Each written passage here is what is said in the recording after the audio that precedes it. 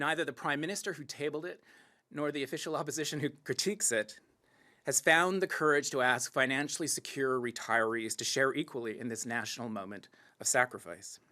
That is the tension at the heart of the 2025 federal budget. The deficit we see today was decades in the making.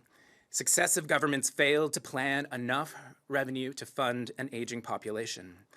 The biggest pressure point is old age security. It has taken more new spending than any other program over the past decade, and it will take even more in the years ahead. OAS cost $76 billion just in 2023 and is on track to reach $104 billion by 2029. That $28 billion rise looms over every other line in the budget. By comparison, new housing measures rise by only $1.6 billion. Post-secondary education gets $1.9 billion. Youth employment under $1 billion. Childcare $2.9 billion. And the business tax incentives only $3.2 billion. Even the $15 billion defense buildup can't compete with the surge in OAS. This imbalance isn't just a fiscal problem, it is a moral one. Ottawa claws back the Canada Child Benefit at $81,000 of household income, but lets old age security flow until $182,000 per retired couple. So middle income parents raising kids are asked to tighten their belts, while retired couples with six-figure incomes continue to collect 18 grand subsidies. That is not shared sacrifice. It's structural ageism against younger Canadians written into fiscal policy. The fix can be straightforward. Generation Squeeze and others have proposed a pragmatic reform. Start clawing back OAS at $100,000 of household income instead of $182,000 per retired couple.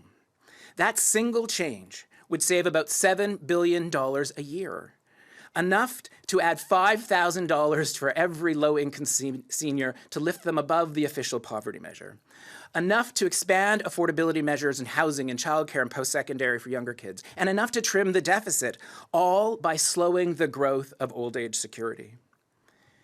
We also recommend repurposing the $7 billion spent each year on the age and pension income credits to help cover the accelerating costs of OAS. These tax breaks, these tax shelters largely bypass low-income retirees, which is an expensive inefficiency we cannot afford in this context. Sadly, Budget 2025 leaves both measures untouched, preserving subsidies for retirees with six-figure incomes, including many with millions in assets. Those savings were sacrificed for political caution, even though both of Canada's leading political voices have acknowledged the need for reform. When Pierre Poilievre's party was last in government, he warned by the early 2030s, quote, "The number of people on OAS will double, the cost will triple, and the number of taxpayers supporting each retiree will fall by half." Prime Minister Carney echoed the same warning in his book, Values. Quote, "Social welfare systems designed and enjoyed by previous generations will prove, absent reform, unaffordable for future ones." For once, the opposition leader and the Prime Minister agree on the diagnosis. Now they need the courage to deliver the cure. Happily, there is broad cover to act. 3/4 of Canadians support modernizing OAS. So do voices from across the spectrum. The Globe and Mail editorial board, the publisher of The Hub, the lead reporter for the National Observer. It's also one of the few issues where anti-poverty advocates and center-right think tanks converge. That is rare political ground, and we should be using it now.